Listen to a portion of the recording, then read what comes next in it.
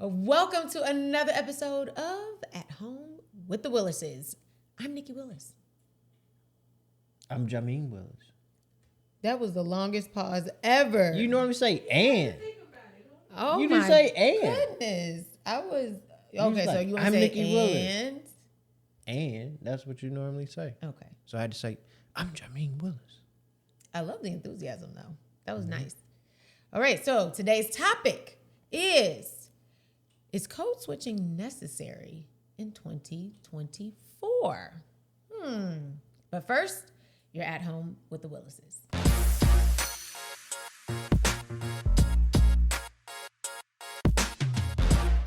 So before we get started, don't forget, make sure you subscribe, hit that button. We are getting so close to 1,000 subscribers. I am thrilled. And who knows, maybe you will be our 1,000th subscriber. We should do a giveaway to the 1,000th subscriber. That'd be fun. What should it be though? I already got an idea. I'm going to tell you off camera. So that people will be in suspense. Okay. Well, obviously we're gonna leave you in suspense, but yeah. So is it to everyone or is it to the 1,000th subscriber? No, the person that we The look and see 1,000th. 1,000. Okay. Boom. We are getting Giveaway. We are getting so close. So make sure you guys keep subscribing. It could be tomorrow, in it could be. 24 hours. Like really could be. Kanye in 24 hours. All right then. Well, we have a special surprise for the 1,000th subscriber. Hopefully it's you. Who knows? But it's coming up. So make sure you guys subscribe. Also, we were given feedback that we don't ask for your business enough. So if you need real estate services, if you're looking to relocate here to Henderson or to Las Vegas, hit the Willis team up. Our team is standing by to help you, whether you want to buy, sell, rent, whether you want to get into property management, whether you want to invest here in Las Vegas. We are here and we can do it all for you. So you can visit the Willis team at thewillisteamlv.com, and we are more than happy to help. Okay, so I think that's it. Yes. Let's get it started. Good Code to see switching. you today. Good to see you too, babe. You look handsome. Thanks. Okay. Okay, code switching. Now, tell the people, not everybody, I just found out we were watching a game show yesterday, and we found out that some people don't know who Steph Curry is. So if people don't know, some people don't know who Steph Curry is. True. Some Then people may don't not know what code switching switching is. So okay. tell the people. So, okay, well then I'm going to, because I can tell you what code switching is. I'll give you the, here, let me look it up. The Webster's dictionary. It's code switching is the practice of alternating between two or more languages or varieties of language in conversation. So Now that's the Webster. That's the Webster's dictionary. We're going to give you the Willis team definition of what code switching is. you gonna give that definition? No, we're going to talk about it. Okay. We're going to give the whole so I mean, definition essentially, code switching. It can it doesn't necessarily even have to be between two different languages. It can be between two different dialects of the same language. So, if you are maybe you're from the South and then you move to New York, well, they have different dialects of the English language, and so, in order to fit in, you might code switch and take the Southern charm out of your voice so that you can fit in more, if you will. So code switching happens a lot though. People do it at work, people do it in their businesses. When you make a business call, when you got to make a call on the phone, Oh yes. you ask somebody. Immediately. Ask somebody if I don't know that number, 3 days grace. this is Nicci. That's all you're gonna get. This is Nicci. I do the opposite. I'm real rude when I don't know the number. Why would you do that? I just say hello if I think This it's is a why you telemarketer or something. call the office. Don't call him. Call the office. Okay? Go to WillisTeamLV.com. And we all know the disposition of my husband anyway. So just call the office. We're going to talk about that in a minute too. All right. Yeah, you don't code switch as much. I feel like I do. I code switch. I code switch for sure. It's nothing. And see, some people think it's a sellout move. So we'll get into that as well. Okay. This may seem off topic, but we talking about code switching, right? Mm-hmm. Now, everybody knows, again, Kanye West saying, drug dealing just to get by. Stack your money till it gets sky high. I'm not going to go through all of it, but the end of it says, we don't care what people say. Now, there's a big reason why, I'll say people, not we. Yeah. People code switch. Okay. We got this topic because I'll say we're big fans, but it's mostly me. I'm a big fan of Earn Your Leisure. I love Earn Your Leisure. Don't be telling them. What if they over here watching this podcast? I love Earn Your Leisure. You code switching for Earn Your Leisure. I'm not code switching. No. I do. I like Earn Your Leisure. No, but they talked about the reasons why people code switch. Right.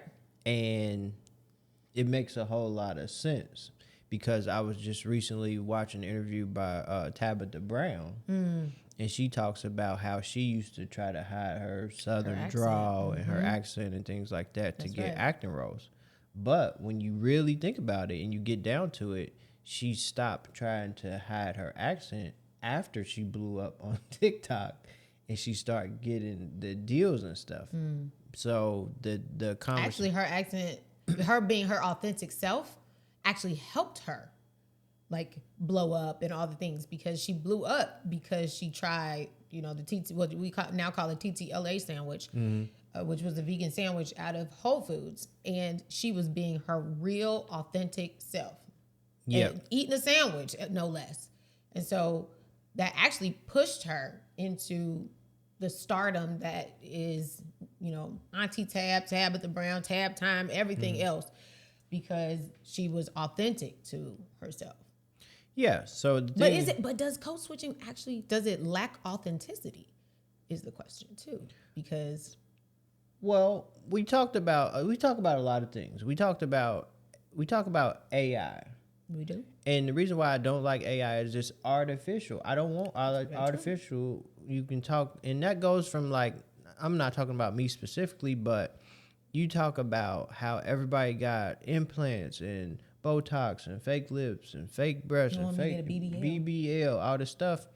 But real is what's more valuable because you can't duplicate it. Just like you can go on ChatGPT and you can have somebody write a book for you, but nobody can duplicate my experiences, my life story. You can't just type that in ChatGPT. My story is my story, and your personality is your personality. Your voice is your voice. Yeah.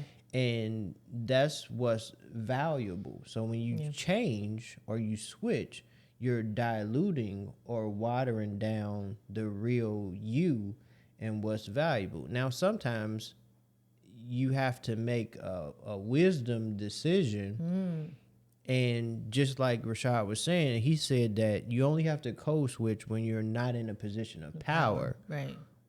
Or you don't have the upper hand in business and negotiation. So that's what I want to talk about. And we talk about why I lean more not towards code switching is because I'm all about being in a position of power, from owning my own companies, owning my own business, and being in a negotiating position. But when you were not in a position of power, do you believe that well, you called it wisdom or whatever, but do you believe that decision to not code switch and not essentially assimilate the sound of your voice, and even there's a code switching also doesn't have to necessarily mean how you're talking, right? It can mean a lot of things, but do you feel like that closed some doors for you? In hindsight, It may have, but it didn't close the doors that were supposed to be open in the first place. So I don't want to work with people that don't want to work with me. I also don't want to be broke. So you also have to use wisdom, but sometimes you got to really stand your ground, because you feel like, if you feel like you constantly have to change or bend or mold to somebody else's expectation, when you're going in business, you almost are already in a losing position, because you're already bending who you really are to get something from somebody else. But sometimes if you know you're not in that power position, you may have to code switch. So I'll give you a perfect example.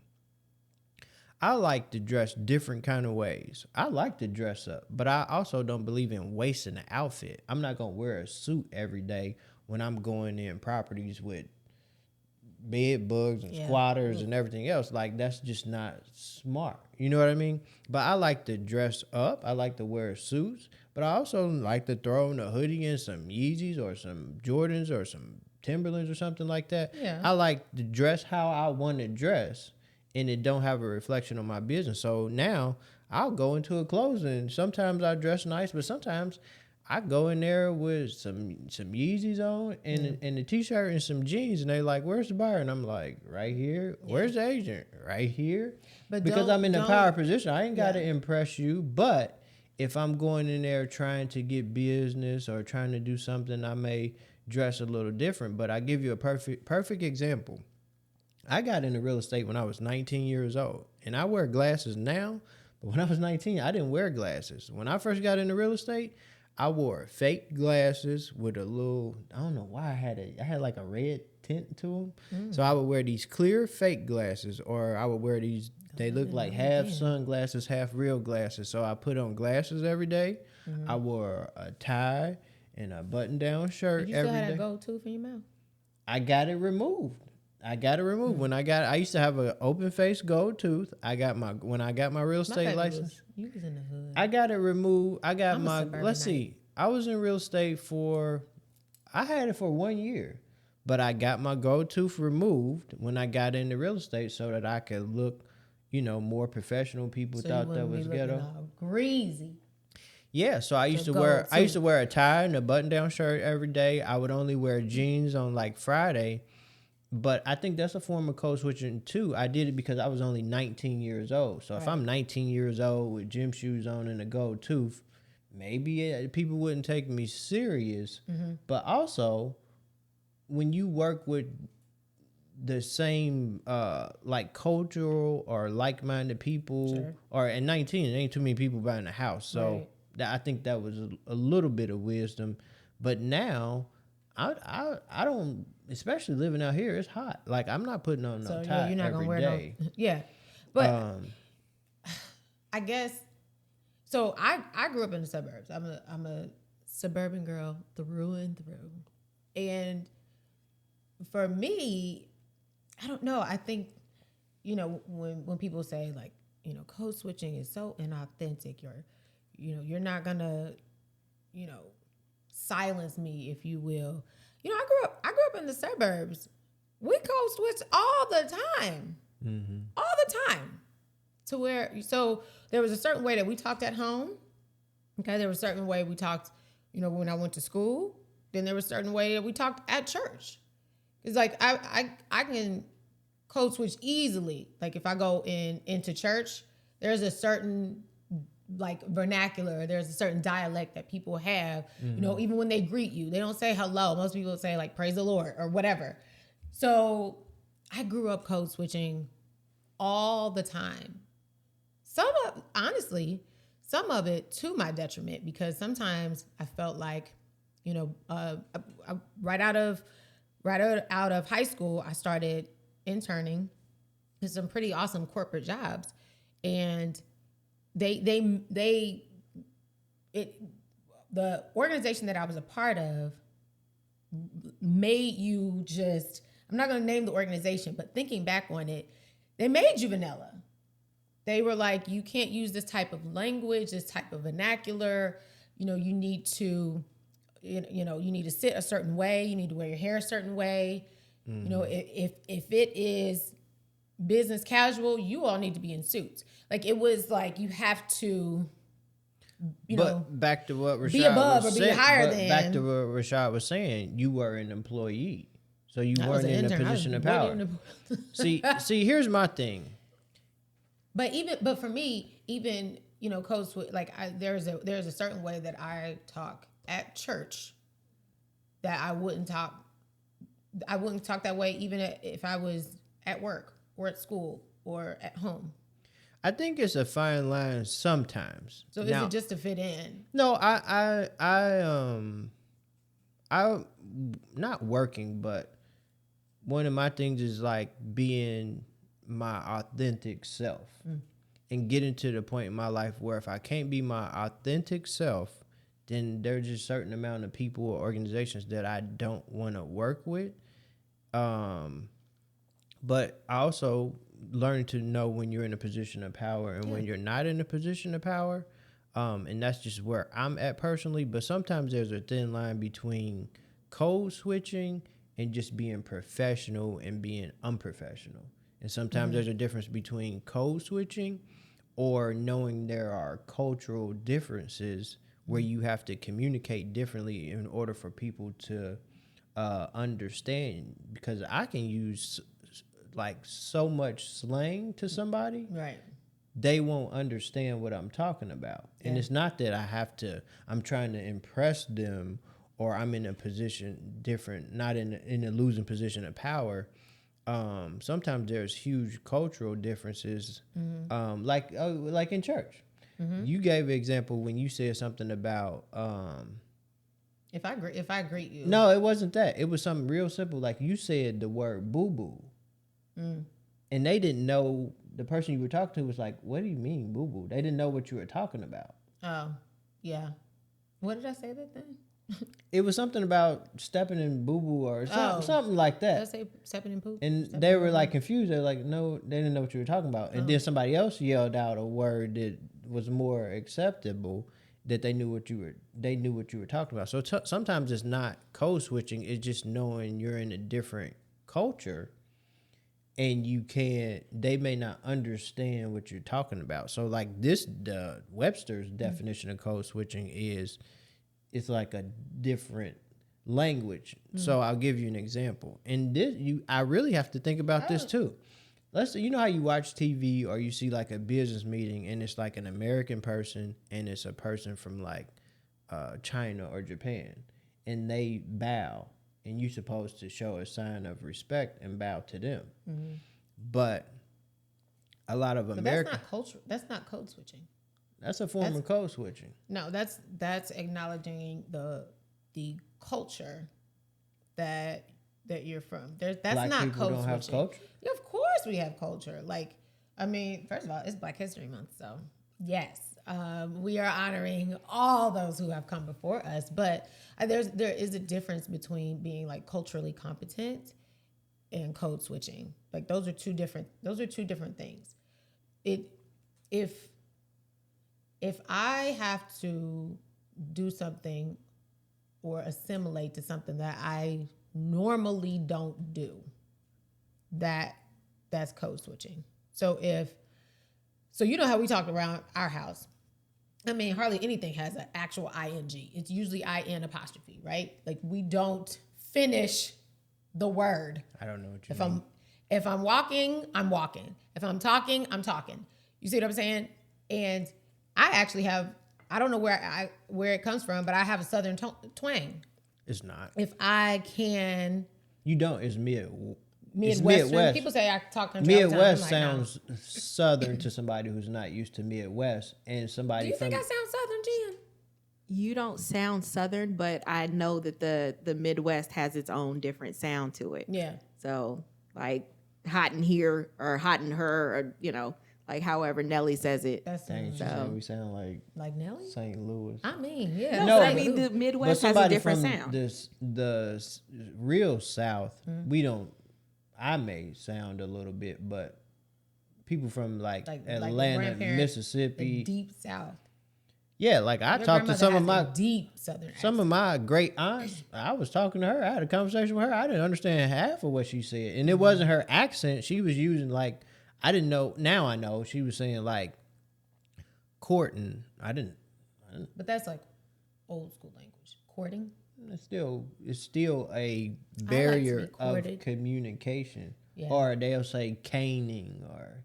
You know, when I am teaching my entrepreneurship classes, and there is a topic on code switching, because for the majority of the students or the participants that I teach, it's majority Black and Hispanic and women. Mm-hmm. And so there is a topic on code switching. And I always say, look, if you want to make money, if you're in the business of making money, then you have to be wise and not be a distraction to the money that you're trying to make. Until you get into a position of power. Sure. But how many of us actually get into that position of power? And, okay, so you might be in a position of power here in this arena, but cross over to another arena where you've never been. People don't know your name at all. We already said somebody didn't even know who Steph Curry was. But that doesn't mean Steph Curry should try to change his image to know more people. That's the thing. Maybe we should focus on the people that appreciate us for what we sound like, what we look like, what we dress like. And when you capture those people, then you'll be in more position of power, and the rest is extra. Just like I was talking about. That's a nice wish, but we are still in the year of our Lord 2024. Nah, but if you look at the people we are trying to pass a bill for our natural hair. Just the way our natural hair grows out of our head, people still call it unprofessional, and they can discriminate against us. But that's why we can't get a bill. That's passed. part of the reason why. That's part of code switching. So you got to change your hair to go into an interview because you need a job, because you need some money. So you feel to me that's a form of code switching. I may have to tell my son to cut his they don't call it dreads, call it locks off, because he might not get a job. So stop being in a position where you need a job, or be a highly skilled person where you sought after to where they're going to hire you with your locks. So that's a form of code switching too, but we've bended and compromised ourselves so much where they think, okay, well, we can just put this thing in place saying you got to have this certain kind of hair and that kind of thing. I think that's part of the problem. It's just like a thin. No, I mean, it might depend on the industry, because for a lot of things, those gatekeepers that wouldn't have let you in with your locks or wouldn't have let you in speaking like that, in the year of our Lord 2024, the gatekeepers are gone for the most part. You got a phone, you got, access to a lot of things that that would have kept you from being able to get what you needed before if they had those barriers. But there are still a couple of industries. Yeah, so banking, we still got gatekeepers over there. I mean, so it really depends on the industry, what you're trying to get into, whether or not there are still gatekeepers in that industry to keep you out based on. At the end of the day, it's about money. Because I remember not too long ago, you couldn't even work at like a Wendy's and see somebody with like tattoos below their wrists. But when you can't get nobody to work, guess what? You're going to change your standards. These people with tattoos, they want to come in and work at Wendy's. They take those jobs, or they good employees. You're not going to say, okay, now you got to change your policy. Okay, now you can't wear tattoos. It used to be a thing where you had to have your hair tied up when you worked at a restaurant. I'm in a pageant and I'm tied it up. Yeah. Pageant and tied it up. And I'm not covering them either. Yeah, so if you want to, I think about this. If you do business in Dubai and somebody comes over here from culture. Dubai. So we got to be But are black people not a culture? That's what I'm saying. So out of everybody that you can think of, if somebody has to code switch, black people have to code switch more than any other race on the planet.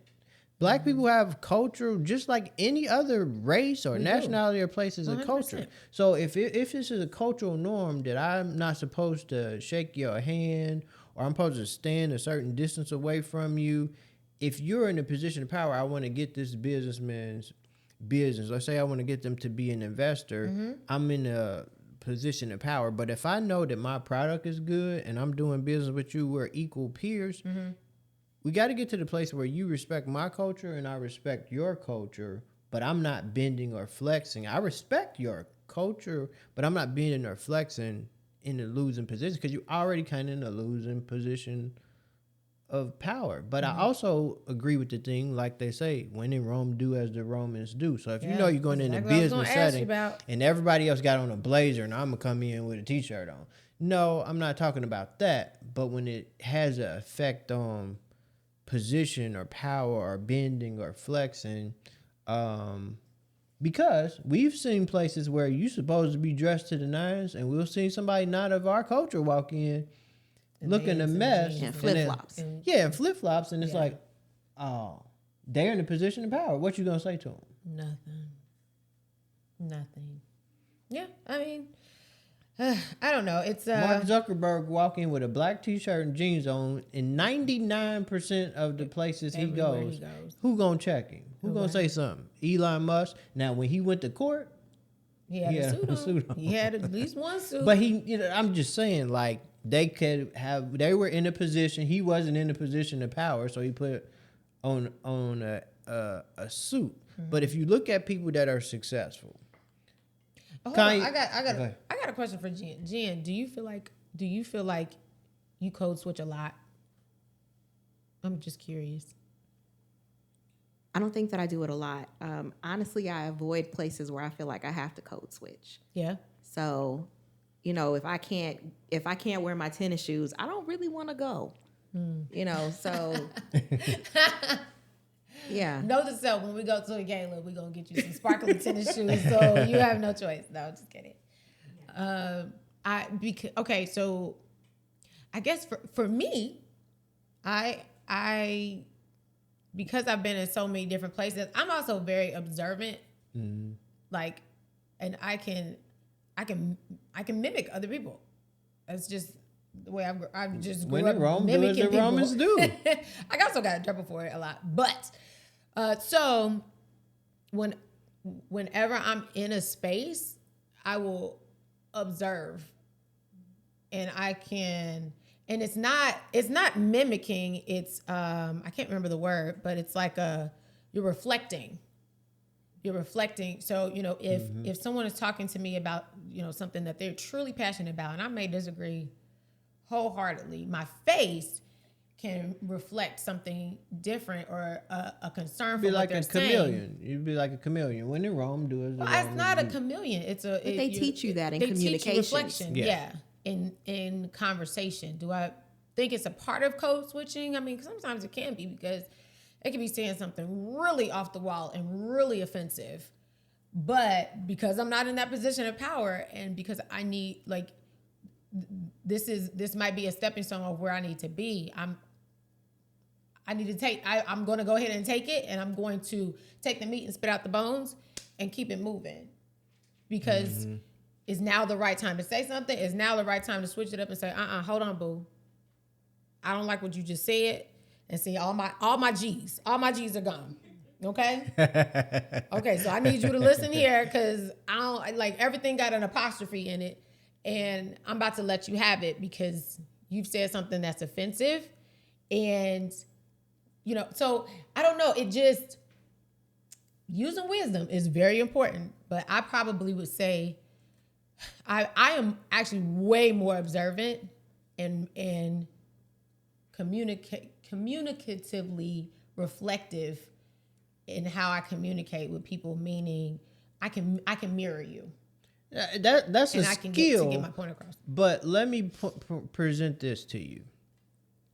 We're in a position where we can create opportunities within the companies that we have, to where people that work with us and for us don't have to code switch.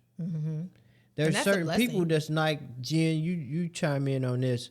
That's a perk or a benefit of being part of an organization. Like, I ain't got to go in here and, talk like I don't talk, or dress something that makes me feel uncomfortable. If you have a company culture, in our company culture is, some places you have to dress up, but on an everyday, if Jen come in with, I don't say tennis shoes, that's code switching. I never say tennis shoes. You come in with gym shoes. That's what I say. That's Ohio. Whatever. Specifically. But that's my authentic self. I'm going to call them gym shoes. She don't have to wear heels or dress shoes or something like that. As long as you get the work done, I am fine with that. But you're right. That is a something that we're blessed to do, something that we've earned. Mm-hmm. Like we've had to be in a lot of places where we had to code switch in order to get to a place where we can now hire people where they can be their authentic selves. Mm-hmm.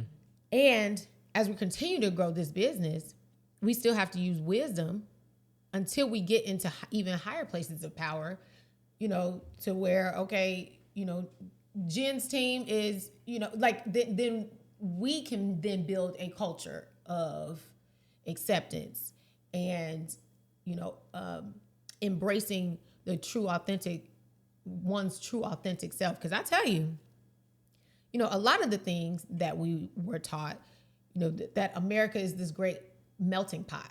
I don't believe that at all. Lies, bro. That is not. We're more of a big bowl of all kinds of cereals. You know what I'm saying? Mm-hmm. We are, there's some Captain Crunch in there. There's some Cheerios, some Frosted Flakes. And that's great because the diversity is actually what we need. Mm-hmm. So code switching, I think, also has been taught to our detriment of assimilate, mm-hmm. to where it's so easy for me. I'm not even gonna lie, it's so easy for me, mm-hmm. To where it's like I will always assess a situation. I will always assess the situation when I walk in, because I'm like, who are they expecting? Do they like how? One, I'm not gonna never be inauthentic. That ain't. That's not where. That's not ever what I'm gonna be. I'm never gonna be inauthentic. Mm-hmm. But there are strengths to Nicci. There's 100% strength. There's 100% proof. You know what I'm saying? There's 90% proof. There's 70% proof. Mm-hmm. You know what I'm saying? So how much of Nicci can you handle? Can you handle maybe a 50% proof Nicci? Mm-hmm. Because if I walk in there and I'm 100% proof all the time, I'm going to turn some people off. I just know I am. Yeah. And it's not about turning people off, but if there are things that I know are coming behind me, if I am paving the way for other opportunities, other people, we have a company now. We have people that depend on us. Then I need to assess the situation every time I walk into a door. Do you need 100% proof, Nicci, or do you maybe need 70% proof, Nicci? Because and what percentage need to get this deal done? What percentage of authentic me, because you ain't never gonna get fake me, what percentage do you need of me in order for me to get this thing done? So, such a good conversation. It's a thing. I think when you get to the point where it becomes code switching when you don't want to do something, but you have to do it. Like, I have no problem throwing on a suit. If I'm going to apply for a loan, or I know that perception means different. Just like that's why I started switching up. I'm not real big into cars. I like driving a white pickup truck, but you mm-hmm. get a different amount of respect depending on what type of car you drive in business. It shouldn't be like that, mm-hmm. but you have to be aware of what things make a difference and get things done. But when I get to the point where I really don't want to do this, but mm-hmm. I feel like I have to do this, or I can't get the thing or get the job or get the opportunity, that's when it becomes code switching. Just like me, if I feel like if I'm in a professional setting, mm-hmm. I'm not going to come with some Yeezys on or some sandals or something like that. I'm going to dress professional. I'm going to, read the room or look at the type of event. But when you're in a situation where there's an option to do something, but you feel you could make different choices, but you feel like you have to do something that you don't want to do or you don't want to be, that's when it becomes but sometimes the it's bad not even definition of code switching. But sometimes it's not even like that extreme though, because at the end of the day, everybody that works for the Willises has to be professional. Period. Point blank. So while we are like lax on like certain things. If Jen was out here talking about, if her like voicemail was like, "Hey yo, what it do? This your girl Jen C.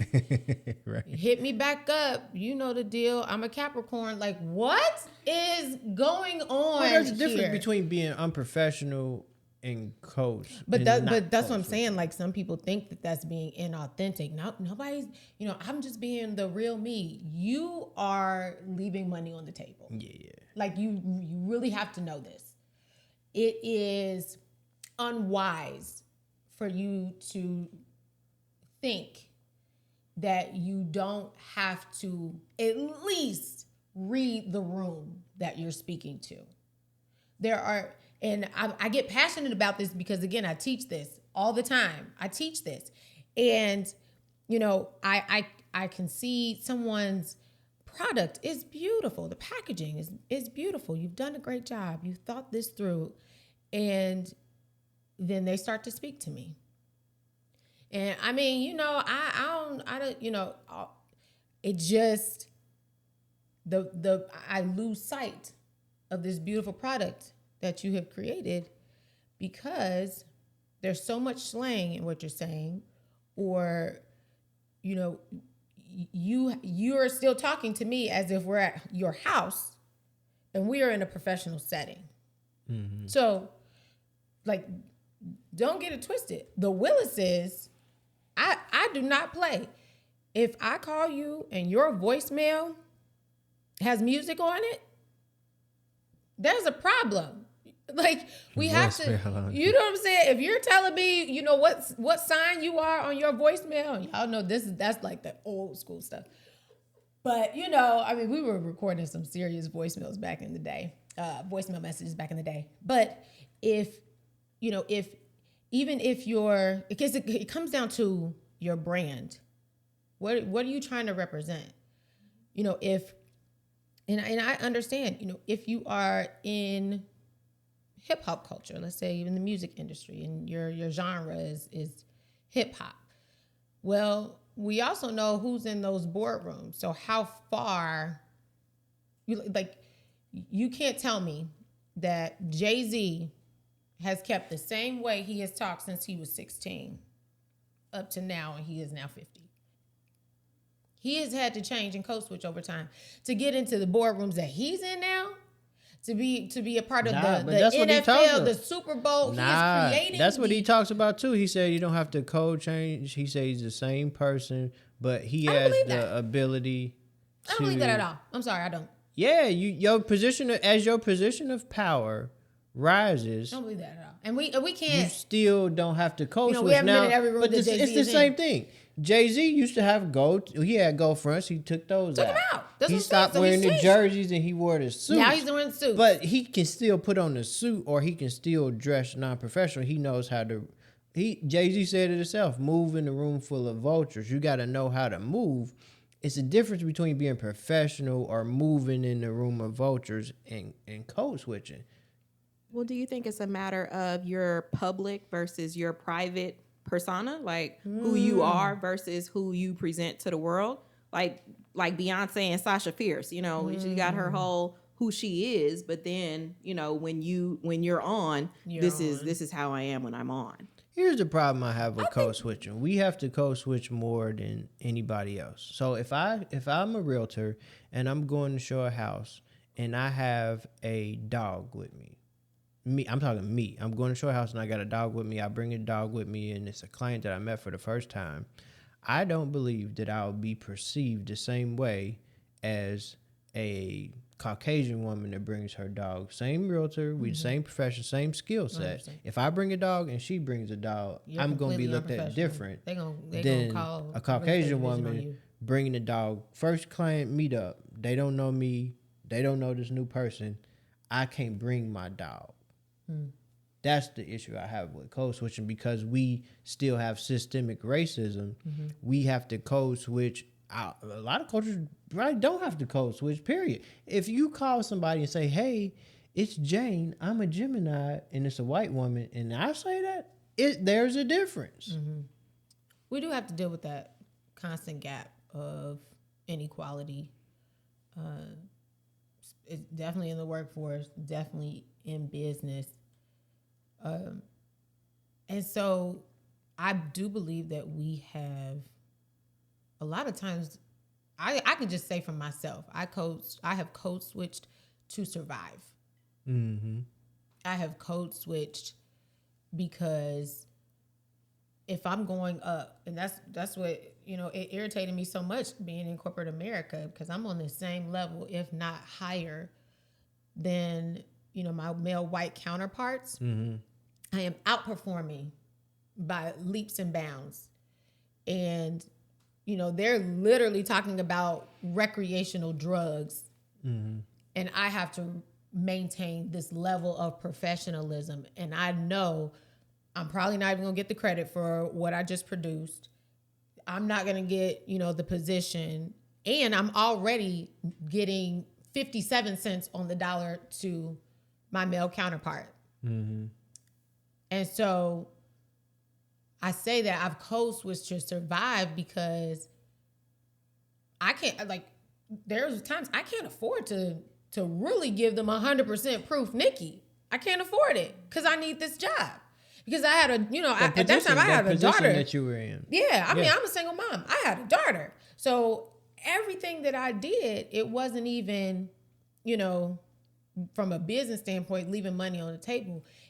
I was just code switching just to survive, just to survive in school, just to survive in college.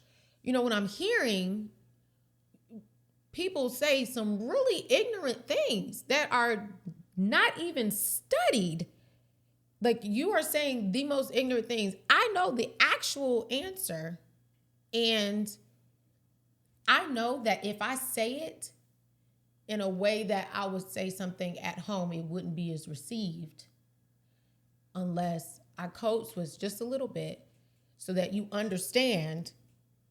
One, I know what you're saying is BS.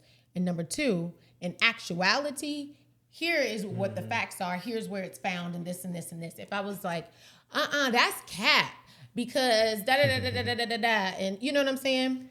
Well, we watch The Power. Yeah. With Tariq in it. And they always take that they have that philosophy class. And that one girl, she is so bright. She's the smartest person in the class. But for lack of better words, she talks like she's from the hood. And she's like, that's cap because da-da-da-da-da. And what she's saying is brilliant. She has some of the best monologues in the show. But then what do you see after she has said something? Somebody go behind her and try to correct her. But that's the point I'm talking about. As we're talking about this, I even feel even stronger about it. Because if you had Billy Bob from Arkansas, they use some down... No offense to any Billy Bobs. Billy Bob, if you are watching this show, we love you. Okay? Whatever. If he used such a southern dialect, if he didn't say cap, he would say rootin' tootin'. It's certain black Hogwash. people. Yeah. Hogwash. Certain, is that what you say, Billy Bob? We really don't know. Put it in the comments. If you're watching, and put it. What do you say? If you and ask, do you code switch, Billy Bob? We would love to know that. If you ask our son what's hogwash, he would have no idea what you're talking about. But he'd be like, "That's cap." Right, but see, here's the thing. You've been in situations because you work for a craft, a corporate setting, or you went to a school that was 50%, predominantly white, PWI. Yeah.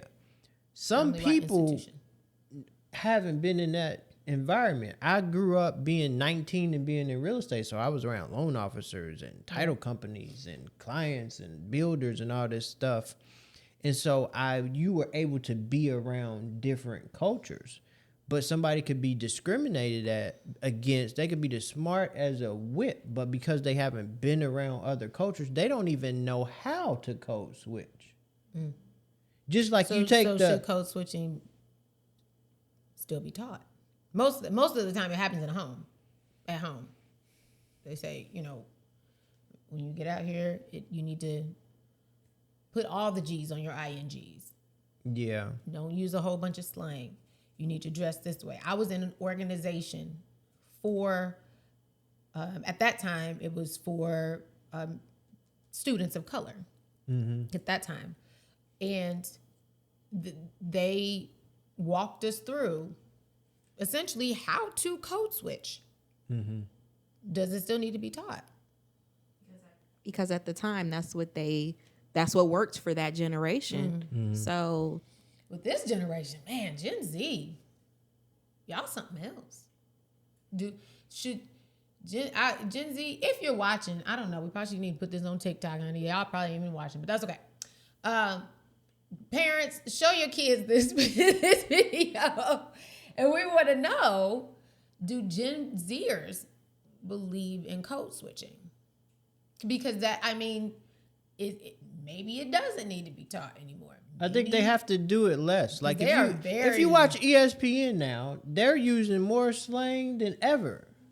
Yep, and they understand because the culture, I'll just say black culture is more ingrained into the fabric of society to where it's selective. Like more understood when it comes to money to get ratings up. Oh, let's use this word or this slang or whatever. But other cultures don't have to do it. Chinese, Arab, Indian cultures, we respect their culture, but they don't necessarily have to respect our culture because they're in a position of power a lot of times. So it's like, I believe in being professional, but when does it start to tear over into marginalized systemic racism? Like sometimes there's a fine line between being unprofessional and just having to code switch.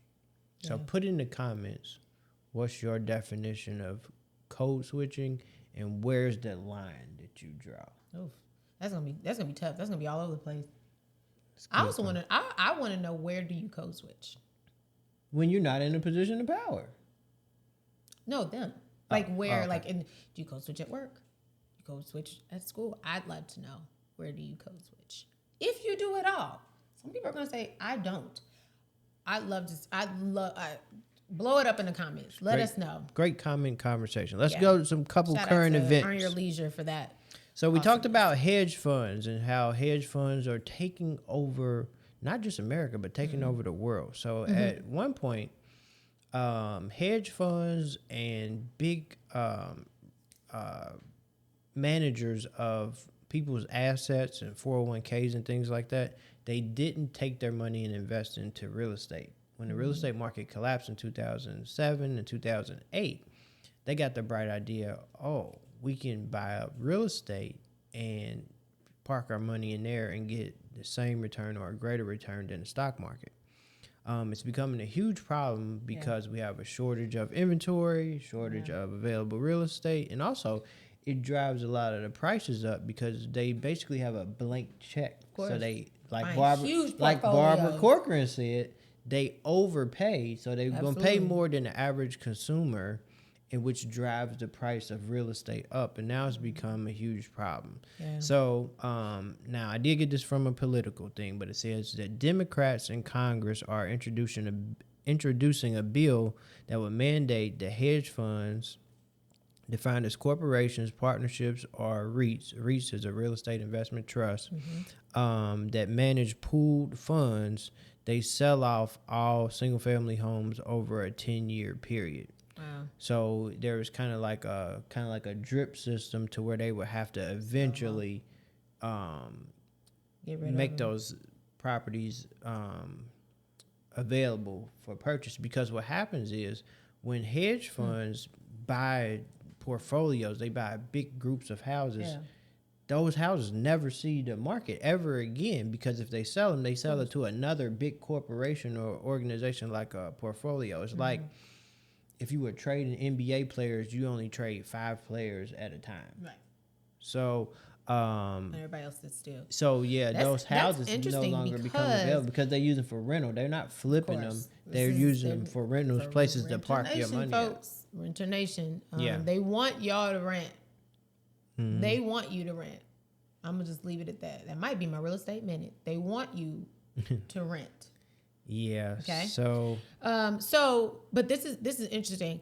I like the fact that it says over a 10-year period, because what we don't want is it for them to have to dump them all really quickly and then it turn into oversupply. Yes.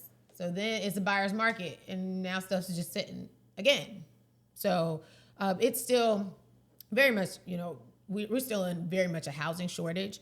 But if they would have to sell them off over a 10-year period, at least it wouldn't be like a huge shock to the market. But I don't know. So here's the thing. The reason why I like real estate is because there are so many ways that you can make money, right? Like not just in traditional buy, sell, and hold. I invest in REITs, real estate investment trust. I invest in REITs, or we invest in REITs. I make sure my children are invested in REITs. So for me, taking something like that away, for lack of better words, it's just not as fun. Well, that's kind of like if you can't beat them, join them. Yeah, that's what I'm saying. I mean, you can be in all things real estate and be quite diversified, because you can get into the lending side. You can get into the servicing side, like the actual, like that's where contractors come in, painters, demo, all of that stuff. Now, here's the problem. You got if you can't beat them, join them. So it's the same thing. Like we talk about how a lot of times realtor are like anti-Zillow or anti like hedge funds buying properties. Yeah. But if I have a problem selling a property that's like an investment property and these investors aren't buying it, I call up on the big company and sometimes they can save the day. Now, we talk about these hedge funds and now it's a problem, but when the real estate market collapsed, they kind of saved the day because they were the only people that had the money to buy these properties. Yeah. And it was a solution. So it went from oversupply to they bought a lot of houses up and it was a solution for them. But it also was a solution for the economy because they started buying houses. So prices started to go back up when the real estate market dropped. And it saved a lot of people from getting foreclosed on. That is true. Having to file bankruptcy in certain areas. Boy, those short sales, Lord have mercy. Tax dollars. I'm talking pennies on the dollar. But also the other flip That's side. when I got mine. Is that what you got? See, G was like, yeah. So the other flip side of it is you can stop them from buying it, but you don't know how many deals they're financing. So they just interviewed BlackRock and they talked about we're not buying all these homes. They're actually not. They're financing the other corporations that are buying them. So BlackRock finances Vinebrook Homes. Nope, they aren't buying it, but they're financing it. So if they providing the finance, so that could be another loophole. Sure, there people gonna always find a loophole. Yeah. They really are. I say be creative, diversify. Don't just look at traditional. And yes, I'm a realtor, but don't just look at. I'm also a businesswoman. So don't just look at the traditional way of making money in real estate. There are other ways. So Can't beat them. That's that for that. Speaking of other ways. Of making money? Yeah. NFL great. Some of them call him the GOAT. Tom Brady is pulling closer and closer to finally becoming a limited owner of the Las Vegas Raiders. So backstory, Tom Brady is already a owner of the Las Vegas Aces WNBA team. Now the Aces is also owned by the owner of the Raiders, same owner. So the Davis family. So Tom Brady is working on getting a 7% ownership stake in the Las Vegas Raiders team. All right. I think that's great. Well, he already is a minor owner with the Aces. Yep. So him being a what they call a limited owner, is that what they call it? Mm-hmm. I think that's cool. I'm just waiting to get my. When can we do it? Like a. Let me put my. I got 10 on it. Well, it's very hard to be a minority owner of an NFL team, like we were talking about last podcast about Usher. Yeah. Usher is a minor owner of the Cleveland Cavaliers team. Mm-hmm. So in basketball, you can get like fractional shares ownership, but in NFL, a lot of times it's like this person, They done this locked group. in. So he has a big stamp on Las Vegas. I'm wondering if he has a. I wonder if I can get in on the NBA House team they here. bring it down here. Probably, They they let me probably put 10 do on like that? a capital raise if they do a brand new expansion If they do a team. capital raise, we gotta talk. But people are chomping at the bit to probably Of course. get Just ownership let me in be that. at the bottom. I'll work my way to the top. So the Code Raiders switch. reportedly estimated value of $5.8 billion, and he's trying to get 7% of that. Yeah, You know, he's hold on. I love me a good so he has a calculation. group. So he has a group. 5 billion? Can I even do that? 5.8 billion. So he has a Can't do that group much. that's expected to buy 10%, with Brady individually owning 7%. I can't even calculate that. That's other than My real zeros estate. stopped Owning at a 5 sports million. team is like one of the like return on money. Like if you look 5 or 10 years ago, what the Raiders were valued at, Okay. is a great investment to have investments. That's why like Good for them for Magic making the moves Johnson, and the Tom things that they've done. Brady, it's like a good place to invest and park your money. Okay. I'm with it. I'm all about diversifying. So, all right. Let's get into the real estate minute of the day. So first, you heard my first real estate minute of the day, which is they want y'all to rent. Okay? They want to keep you renting. Here's the thing. You are going to pay a mortgage. It's just a matter of whose mortgage are you paying? Okay? So just remember, it is very costly to rent. It actually is very costly to rent. Over time, the rental market has increased year over year over year. So you're, again, paying someone else's mortgage with your money versus taking that time, saving up for that down payment. And now there are even more incentives. So it might not even be a time where you have to put a huge down payment down, but save up for that down payment, get that credit score together. All you need is a 620 for FHA. Okay, we don't want to get too far below that because anything lower is going to be a terrible interest rate and it's not even going to be worth it. But 620 FHA, 3.5% down. We want you, if you can, to own. The interest rate is moving, ladies and gentlemen. Mm-hmm. Here in Las Vegas, what we are going to be seeing is as the interest rate slides down ever so slightly, home prices are going to jump up. So waiting to buy is not advantageous for you. You need to go ahead and call me up. That's right. Just call me up. I will connect you with a loan officer. Let's get your story. Let's get your story right. Let's look at your credit score. Let's look at how much you have saved. And let's get you into that ideal home because they want you to rent. Remember that. All right, guys, that's your real estate minute of the day. Thank you guys so much for joining us. This was a riveting conversation. Mm-hmm. Very interesting. Groundbreaking. Is it groundbreaking? Yeah. Oh, okay. Well, riveting, groundbreaking, controversial, all the things. But hey, we want to know in the comments, what have been your experiences on code switching?